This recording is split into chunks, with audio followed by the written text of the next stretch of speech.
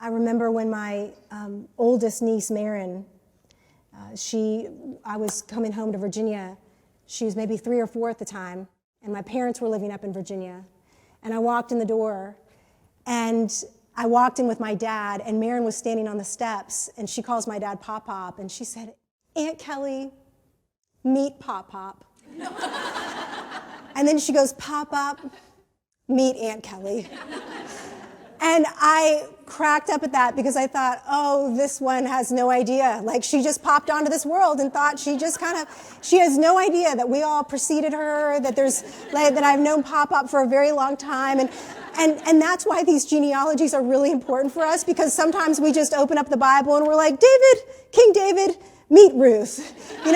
Jesus, meet Abraham. It's like, no, this is a whole big story. Like, God has been writing this thing here. And so that's why it's important to see that Jesus ultimately comes here. And if we have missed anything about this story, we don't want to miss this.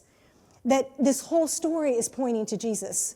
Not just figuratively, but literally, through lineage. And the whole story is pointing to Jesus as our kinsman redeemer. That's the point of this story.